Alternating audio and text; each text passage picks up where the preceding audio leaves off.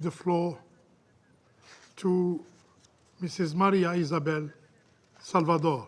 You have the floor, Madam.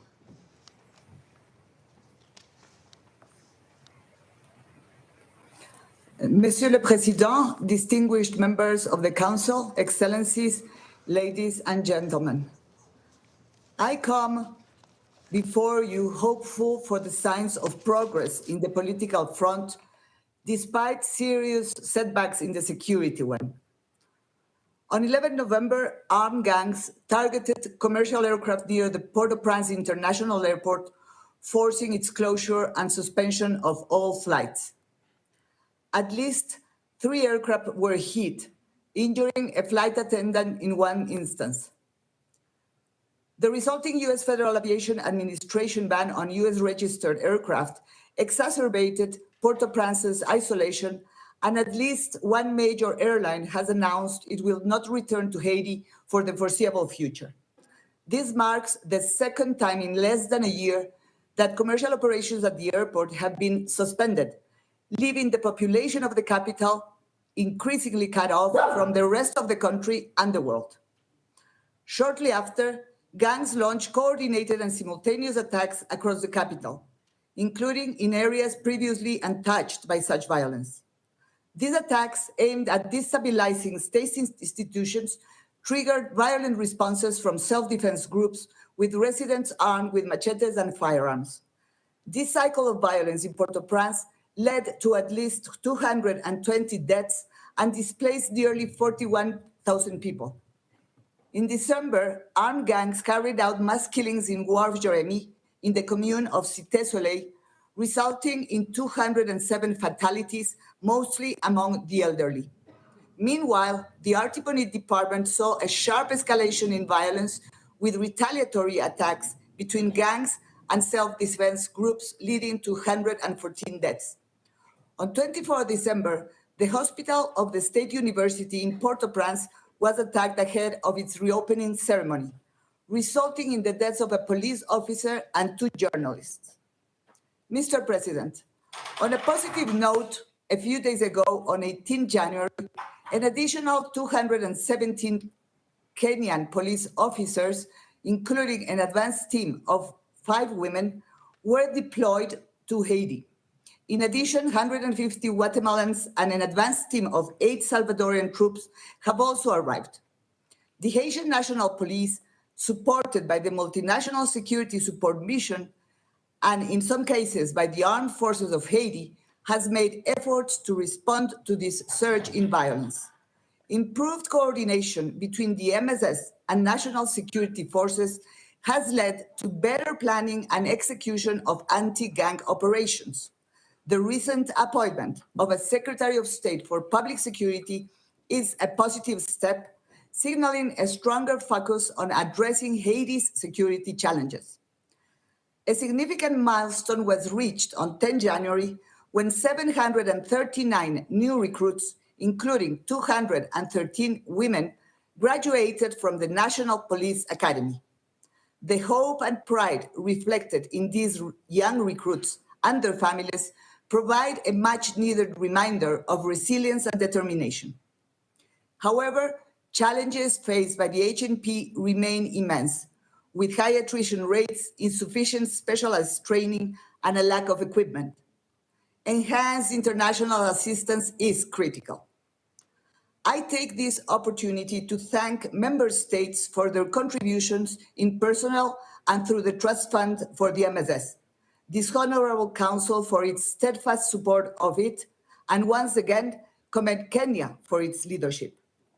I urge member states to provide additional contributions to ensure the success of this multinational effort. Excellencies, the worsening security situation has significantly impacted United Nations operations. In response to the suspension of flights to Port-au-Prince and widespread violence, the UN decided to temporarily reduce its footprint in the capital, while continuing to provide life-saving assistance. This mechanism has enabled BINU, with a skeleton team, and UN agencies to continue to deliver on their mandates through hybrid efforts combining national staff and critical international presence in Port-au-Prince with remote work. The UN remains committed to scaling up its presence as soon as security conditions permit, continuously monitoring the security environment to ensure the safety of personnel while delivering assistance to those in need. Monsieur le Président, Excellences, le paysage politique en Haïti a connu des évolutions positives depuis ma dernière intervention devant ce Conseil. Monsieur Alix Didier Fils-Aimé a été nommé au poste de Premier ministre le 11 novembre. La collaboration entre le gouvernement et le Conseil présidentiel de transition s'est améliorée. Cette coopération a permis de faire avancer des dossiers clés en matière de gouvernance. Une meilleure coordination entre le Conseil présidentiel de transition et le gouvernement actuel a permis d'affiner et de cibler avec succès les priorités des priorités de la transition, c'est-à-dire sécurité, élection et apaisement social, et a contribué à faire avancer certaines décisions clés de gouvernance qui étaient auparavant en suspens. Je félicite la nomination des 2 membres restants du Conseil électoral provisoire. 4 des 9 membres sont désormais des femmes, une étape importante vers une plus grande inclusion du genre dans le processus électoral. Je salue également la nomination des ministres délégués aux affaires électorales et constitutionnelles et à la solidarité et aux affaires humanitaires qui, je l'espère, renforceront la visibilité de ces 2 portefeuilles clés. In response to a request from the Haitian government, the United Nations deployed an electoral needs assessment mission in November. The mission's recommendations, approved by the UN Focal Point for Electoral Assistance, include targeted support for constitutional and electoral processes. Meanwhile, the National Conference on Constitutional Reform continues its work. In November and December, the Working Group on Constitutional Review engaged with various sectors of society to gather perspectives on key constitutional tenets. Broader consultations with the Haitian diaspora and across the country are starting this week to ensure inclusivity. The constitutional referendum and general elections remain targeted for this year. Nevertheless, they require security-increasing measures, sustained commitment, and timely progress. The establishment of a National Security Council is another notable achievement. This planning and coordinating mechanism has the potential to significantly strengthen Haiti's security efforts. I encourage authorities to fully operationalize this structure to maximize its impact. Mr. President, Excellencies, while there is progress on the political front and reason to be timidly hopeful, the transition framework remains fragile. The increasing fragmentation of the political sectors represented on the Transitional Presidential Council, combined with persistent criticism of this council, complicates the process. Serious corruption allegations targeting 3 members of the council have heightened tensions and called into question the legitimacy of its actions. Recently, some political actors have sought assistance from the CARICOM Eminent Persons Group to facilitate a national dialogue. A letter addressed to CARICOM by actors from 3 political groups that are part of the Presidential Transitional Council proposes different options for resolving disputes around this issue. However, the letter's mention of a gang coalition sparked some strong criticism, highlighting widespread opposition to any interaction with criminal gangs. These developments show that any attempt to legitimize armed gangs is rejected by the majority of Haitian actors and the public in general. Mr. President, the humanitarian crisis in Haiti has reached alarming levels. Over 6 million people, nearly half the population, require humanitarian assistance, with 3.9 million targeted for aid. The number of internally displaced persons has tripled to over 1 million, with more than half being children. Displacement sites are overcrowded and lack essential services such as clean water, sanitation, and education.